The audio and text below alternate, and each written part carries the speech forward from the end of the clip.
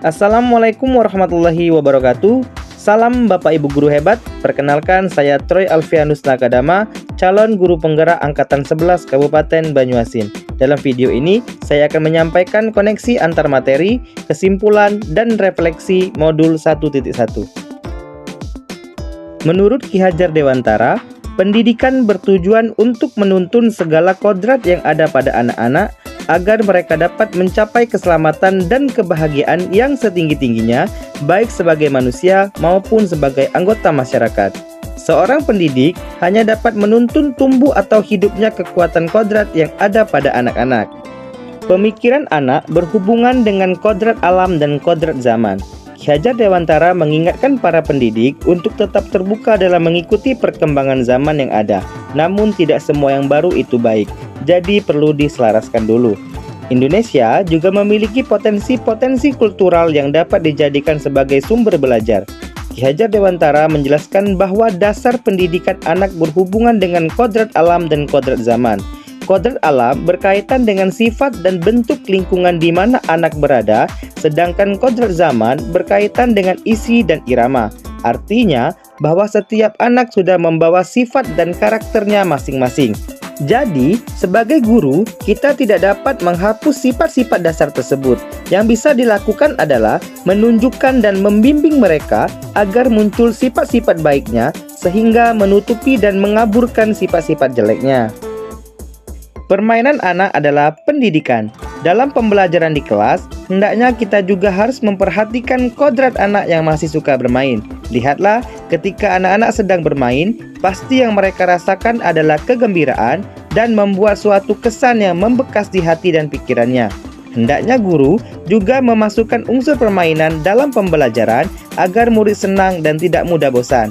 Apalagi menggunakan permainan-permainan tradisional yang ada. Selain menyampaikan pembelajaran melalui permainan, kita juga mendidik dan mengajar murid untuk melestarikan budaya. 3 asas pendidikan menurut Ki Hajar Dewantara. Yang pertama, ingarso sung tulodo, di depan memberi teladan. Artinya, guru harus bisa memberi contoh dan panutan kepada anak didiknya. Yang kedua, ingmadio mangunkarso, di tengah memberi semangat. Artinya, guru harus bisa membangkitkan semangat atau kemampuan dalam diri murid untuk terus belajar dan melakukan inovasi. Yang ketiga, tutwuri handayani, di belakang memberi dorongan. Artinya, guru harus bisa memberi dorongan atau motivasi atau arahan kepada anak didiknya. Apa yang Anda percaya tentang murid dan pembelajaran di kelas sebelum Anda mempelajari modul 1.1? Jawabannya adalah, sebelum saya mempelajari modul 1.1 tentang pemikiran Ki Hajar Dewantara ini, saya melakukan pembelajaran di kelas yang berpusat pada guru sebagai sumber belajar utama di kelas. Saya percaya bahwa dengan tindakan-tindakan tegas dan menghukum murid bisa merubah perilakunya. Tapi, perubahan yang terjadi hanya didasari oleh rasa takut dan bersifat sementara, bukan atas kesadaran pribadinya. Saya belum sepenuhnya menyadari akan keberadaan kodrat sang anak, sehingga sering marah-marah dan menghukum fisik ketika ada anak yang tidak mengerjakan tugas ataupun terlambat ketika masuk kelas. Apa yang berubah dari pemikiran atau perilaku Anda setelah mempelajari modul ini? Jawabannya adalah, setelah mempelajari modul 1.1 ini, ternyata apa yang saya lakukan salah dalam pemikiran Ki Hajar Dewantara. Karena kita harus memperhatikan kodrat alam dan kodrat zaman pada murid sebelum melakukan pembelajaran, seperti bakat dan minat murid, gaya belajar murid, serta latar belakang kehidupan mereka. Dan juga, di dalam pemikiran Ki Hajar Dewantara, murid harus menjadi pusat pembelajaran di mana mereka dilatih untuk berpikir kritis, kreatif, inovatif, serta mandiri dalam memecahkan permasalahan yang ada. Pemikiran yang berubah dari saya adalah bahwa saya harus memberikan tuntunan kepada murid dengan lebih sabar dan ikhlas. Karena mereka masing-masing memiliki keunikan tersendiri dan berbeda-beda. Tidak perlu memberikan hukuman yang sifatnya tidak mendidik, tetapi mencoba menumbuhkan kesadaran pada hati mereka. Apa yang dapat segera Anda terapkan lebih baik agar kelas Anda mencerminkan pemikiran Ki Hajar Dewantara?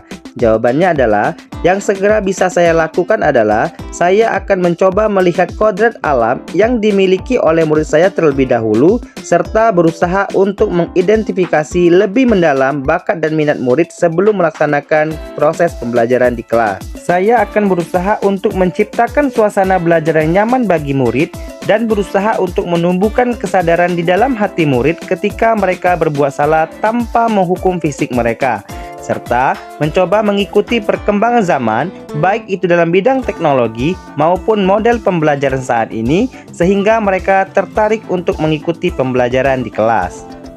Kesimpulannya adalah, yang pertama, pendidikan bertujuan untuk menuntun segala kodrat yang ada pada anak-anak agar mereka dapat mencapai keselamatan dan kebahagiaan yang setinggi-tingginya.